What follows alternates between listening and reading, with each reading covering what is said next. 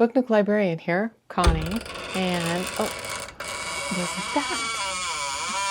Did you hear that? Oh my, oh gosh, I should probably tell you that it's a sound effect, but if I were Ebenezer Scrooge, I might think that I was being visited upon by, oh, a spirit or two. Welcome to a ghostly literary tour where the spirits of fiction aren't here to haunt, but to teach. Back to our tour. On one side we have Charles Dickens, a master for using ghosts for social change. You know how I am with like one thing leads to another and suddenly I'm thinking of a book. In A Christmas Carol, the spirits of past, present, and future force Ebenezer Scrooge to see the suffering around him. They demand that he change before it's too late. Now let's step forward in time, because ghosts don't just live in the past.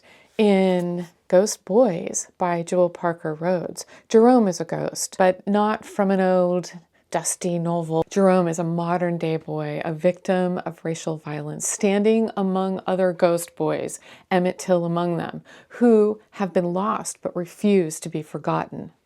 From the book, Time to Wake Up, I spin around. Who said that? Across the street I see him, wispy like soft rain, a ghost. Like me. Like me is Jerome. The only person who can see or hear him in his ghostliness form is the daughter of the police officer who shot him. And like Dickens' spirits, Jerome doesn't just haunt, he reveals. He shows the living exactly what they need to see, the truth about injustice, the pain that's been ignored, and the change that still needs to happen. His presence pushes those left behind, Sarah, the police officer's daughter, to open their eyes, much like Scrooge was forced to do. What do Dickens and Ghost Boys teach us? Their voices calling for a better future. And the real question is, will the living listen? Ghost Boys is such an extraordinary book that when I looked at the national calendar day and I saw that it was Charles Dickens's birthday, I was like, spirits. This immediately makes me think of Ghost Boys, a really interesting look at how spirits can be used to convey a truth. Can you think of other literary ghosts? Tell me in the comments.